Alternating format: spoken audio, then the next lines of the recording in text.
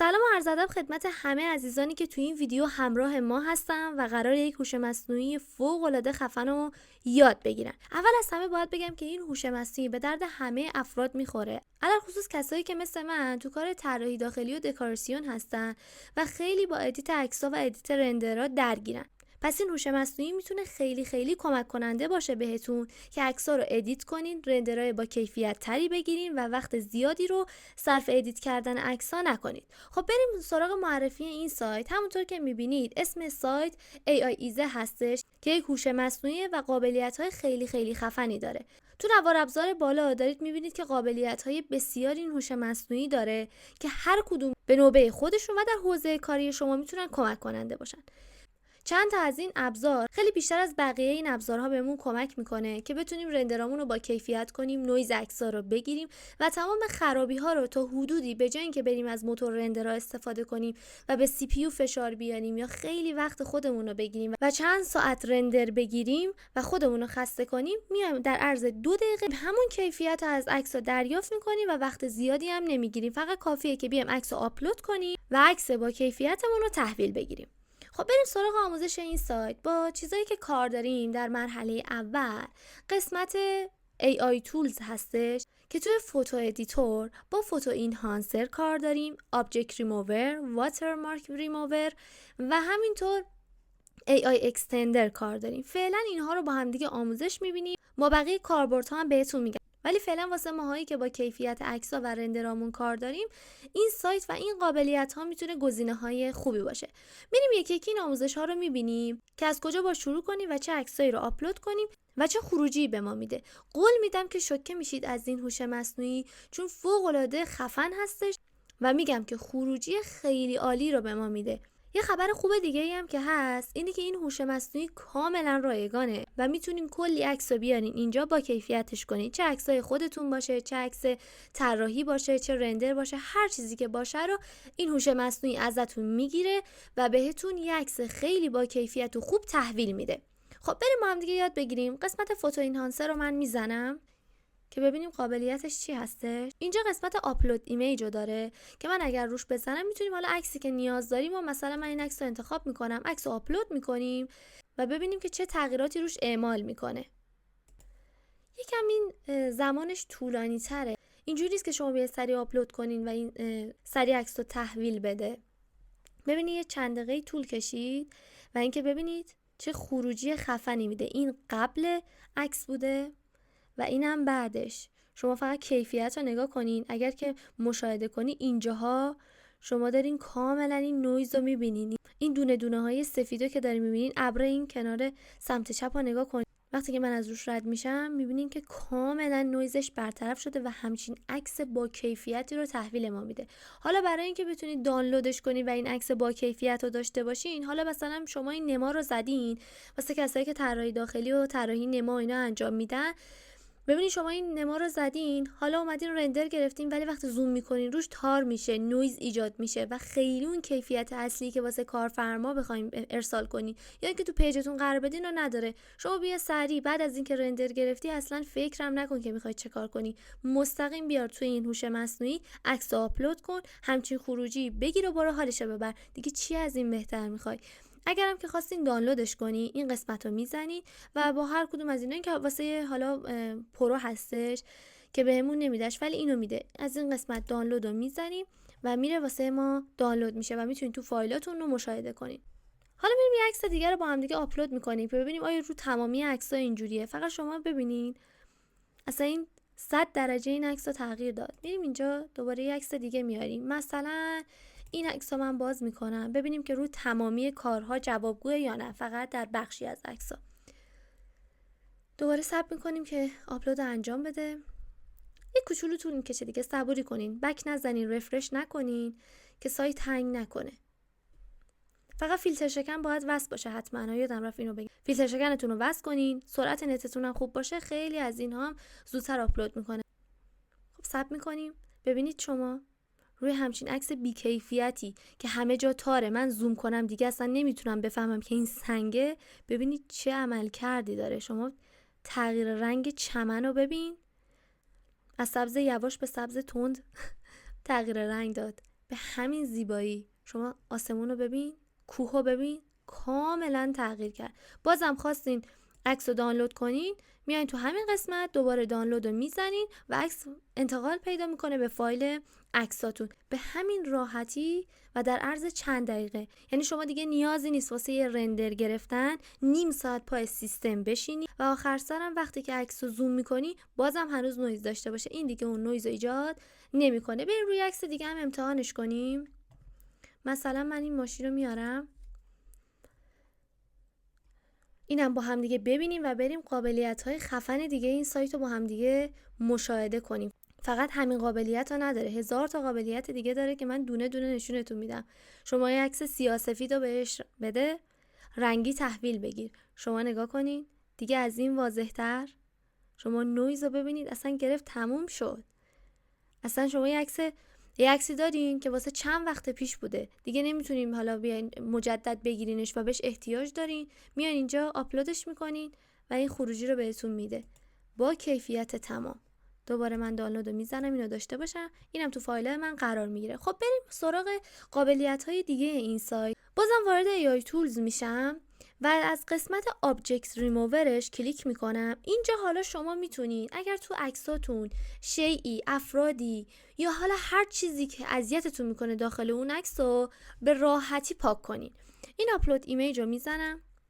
ببینید مثلا من چه عکسی رو باز کنم که معلوم باشه. مثلا اینو باز میکنم. یه قسمت داره برای براشه، یعنی شما میان اینجا مثلا میکشین براش رو، مثلا میزنی بعد میکشین که حالا هر چیزی رو که نخواستین پاک بکنه. اگرم حالا مثلا اشتباه دستتون خورد نمیخواستین اینو پاک کنی یا اینجا رو پاک کنی، این فلش رو که بزنین بک میزنه به کاراتون. یا مثلا میبینی داری اینو پاک میکنی یهو دستت خط میخوره اینجا رو هم میگیری، با این بک بزن. این کنترل زد این سایته، میتونین بک بزنین و حالا کاری که انجام دادین رو پاک کنین. برگردیم به مراحل قبل. خب حالا میخوام اینو مثلا پاک کنیم. من میخوام این بیشتر رو پاک کنم. حالا سایز قلمو میتونین اینجا کم و زیاد کنین. من اینو کوچیک‌ترش میکنم، اینجا رو میکشم و ریموو رو میزنم، ثبت میکنم. الان این سایت کامل اینو حذف میکنه و تحویل من میده.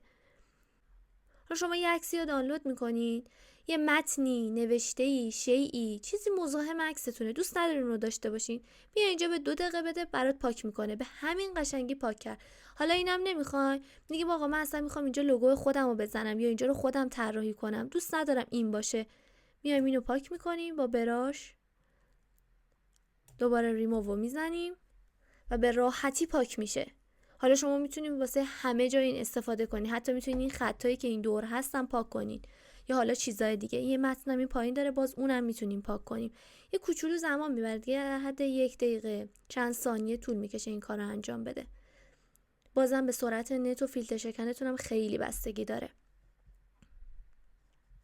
خب به همین قشنگی پاک شد.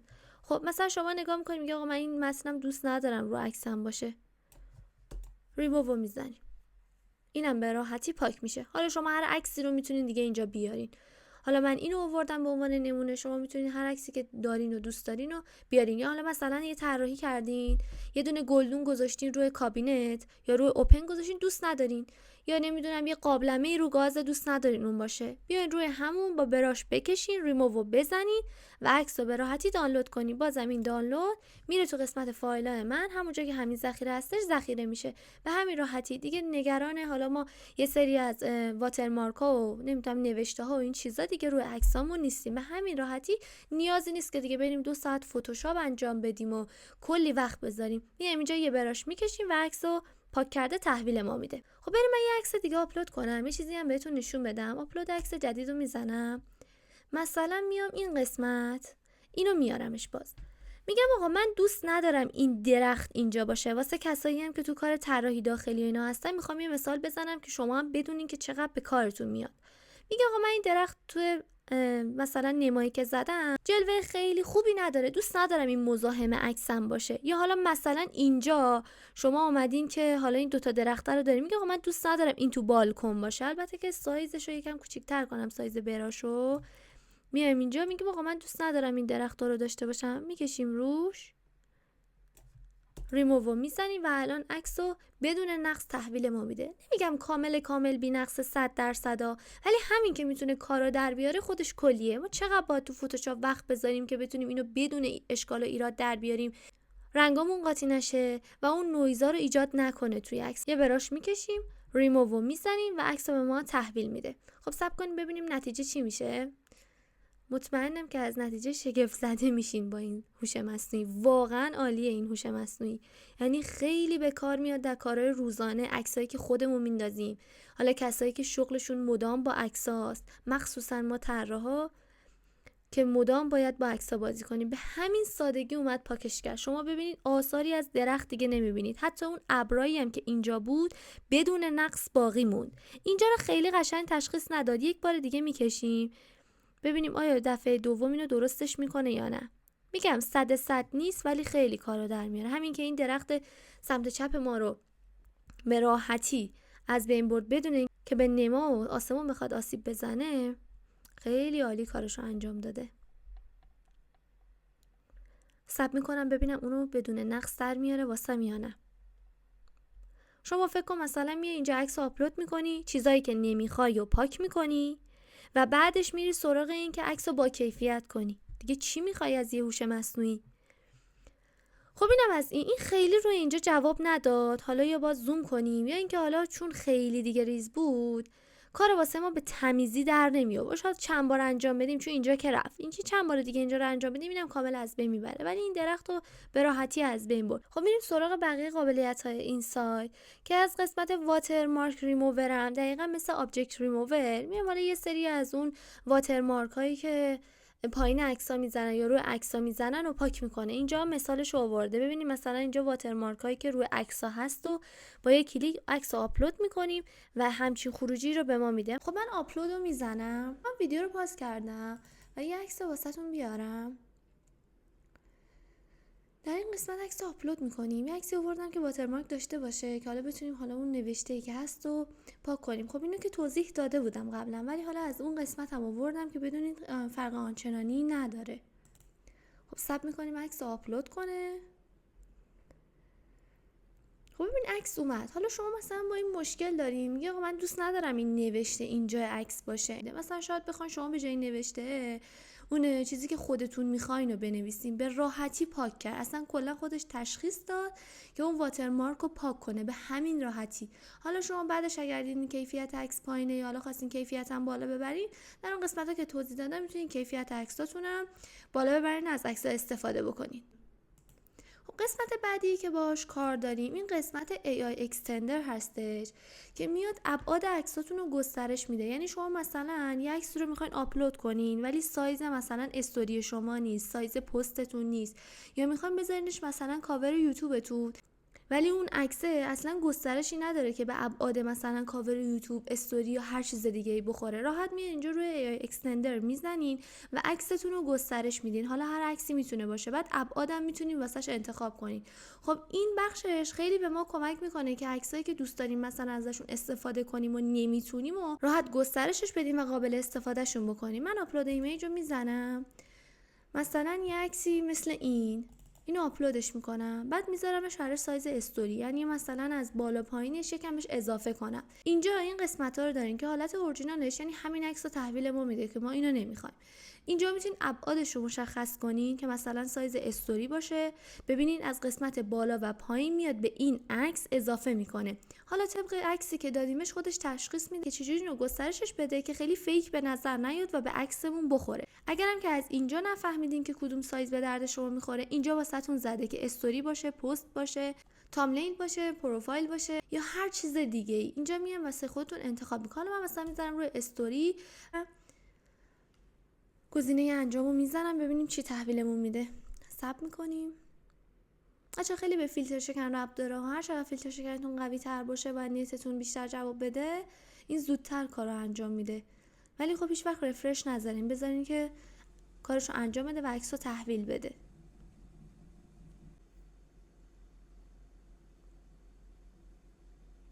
خب ببینین طبق عکسی که ما بهش دادیم اومد آسمون رو گسترش داد، اینجاها رو کات کرد و یه آسفالت به ما داد.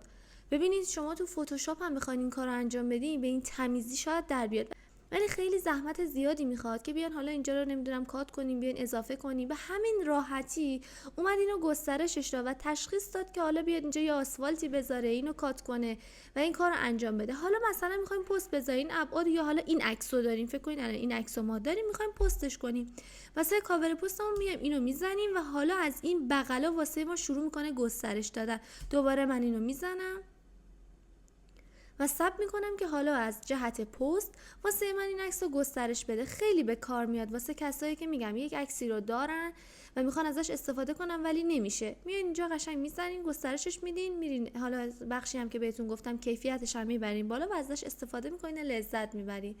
دوباره ثبت میکنیم و اینجا شما 10 تا توکن دارین دیگه، 10 تا از اینا دارین که به صورت رایگان هستش. با هر ایمیلتون هم بهتون 10 تا میده و میتونین به راحتی ازش استفاده کنید. ببینین عکسی که تحویل داد، اومد خودش اینجا 2 تا درخت اضافه کرد، ابرا رو گسترش داد، ادامه داد این مسیر رو و آسفالت هم ادامه داد. فقط شما ببینین چقدر کارایی داره و چقدر میتونه به دردتون بخوره.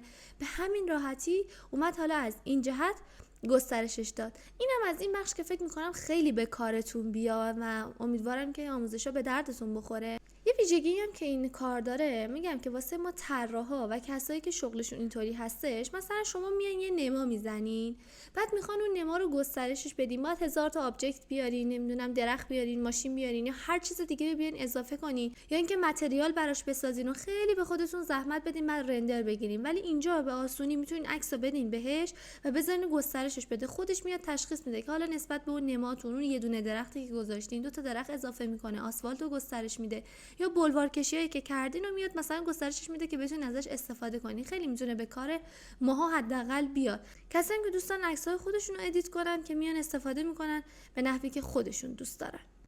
بچه‌ها فقط باید چیزی رو در نظر بگیرین که ما وقتی که توی قسمت ریموو کردن ها، وقتی که یه آبجکت رو میخوایم ریموو کنیم، شاید مثلا یه درخت رو حذف کنیم، پاکش کنیم، ولی این هوش مصنوعی یه نقصی که داره و خب طبیعی هم هست که نمیتونه هر چیزی رو تشخیص بده، اینی که سایه درخت رو واسه شما حذف نمیکنه. یا مثلا یه سنگی، نمیدونم هر چیزی، اصلا یه ساختمون رو پاک کردیم ولی سایه‌ای که انداخته رو ساختمون بغلیش رو نمیتونه تشخیص بده که اون سایه رو پاک کنه، فقط خودش رو پاک میکنه. یعنی از این لحاظا باگ داره. یعنی فکر نکنین کارو 100% در میاره. در بعضی از مواقع و این مواردی که این سایت داره خیلی میتونه کمک کننده باشه به کار شما، ولی بی‌نقص نیست. یه سری کارهای دیگه رو یا با هوش مصنوعی های دیگه یا باید با برنامه‌های دیگه انجام بدین که بتونین کارو 100% واسه خودتون در میارین. ببینید در قسمت فوتو اینهانسر چیزی بهتون توضیح بدم. یه قابلیت دیگه هم که داره این هستش که عکسای سیاه‌سفیدمون رو میتونه رنگی کنه. بذارید من اینو انجامش بدم. ببینید من دیگه عکسی نیاوردم، از همین مثالی که خود سایت داره استفاده کردم. ببینید شما یه عکس سیاه‌سفید دارین که حالا قدیمیه، نمیدونم خودتون گرفتید، الان دوست ندارین سیاه‌سفید باشه یا به عکس رنگیش احتیاج دارین، حالا هر عکسی میتونه باشه، راحت میایین اینجا و اون رو رنگیش میکنین. ببینین خیلی هم طبیعی، اصلا هم غیر طبیعی نمیشه که شما بگین رنگا رو درست تشخیص نده، رنگ بدی به عکس بده. نه، خیلی راحت اومدین عکس رو تشخیص داد و رنگیش کرد. اگرم که خواستین عکسی آپلود کنین که سیاه سفید بود و خواستین که رنگیش کنین، قسمت رو میزنین. این حالا نمونه های دیگه هم داره که شما مثلا انیمه ای هم میتونین عکس رو انجام، مثلا یه عکسی میدین این به صورت انیمه ای به شما تحویلش میده. یا عکس سیاه‌سفید دارین، تو این قسمت میایین واردش میکنین و عکس رنگی رو تحویل میگیرین.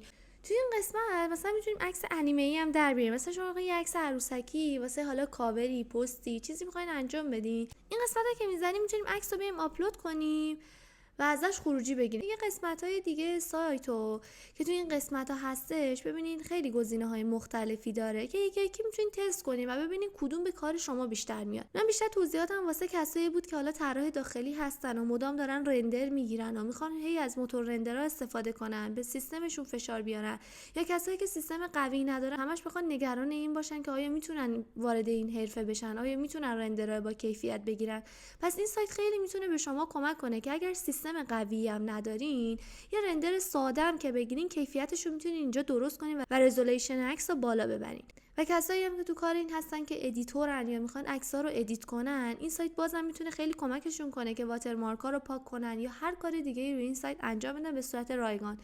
10 تا توکنش که گفتم رایگان هستش، یعنی شما 10 تا عکس رو میتونید درست کنید دیگه. ما بقیه میتونید ایمیل‌های دیگه بسازین یا صبر کنید ایمیلتون باز بهتون دسترسی بده که دوباره شارژ بشه. اگرم که بخواید این سایت رو خریداری کنین از این قسمت میان و اشتراکاشو زده که چه قیمت هستش. تو این قسمت میزنه که چقدر در ماه باید پرداخت کنین. این قسمت پروش هست که میتونین پرداخت کنین ازش استفاده کنین. اگر که خیلی کار زیادی با این سایت دارین و خب عکسای زیادی میخواین آپلود کنین، ولی نه اگر کارتون رو در میاره و یا ایمیل‌های متعددی دارین میتونین از همین استفاده کنین واسه عکساتون. بعد از اینکه اگر دیدین از سایت راضی بودین و خیلی به کارتون اومد میتونین بیا اینجا از تخفیفاتشون هم لذت ببرین. امیدوارم که از این ویدیو لذت برده باشین و نهایت استفاده رو ببرین. اگر که دوست داشتین که بازم از این آموزش‌ها ببینین حتما کانال ما رو سابسکرایب کنین، زنگوله بالا رو بزنین که نوتیفیکیشن تمام پیام ما واسهتون بیاد و بتونین اولین نفر ببینین. تا ویدیوهای بعدی شما رو به خدای بزرگ میسپارم.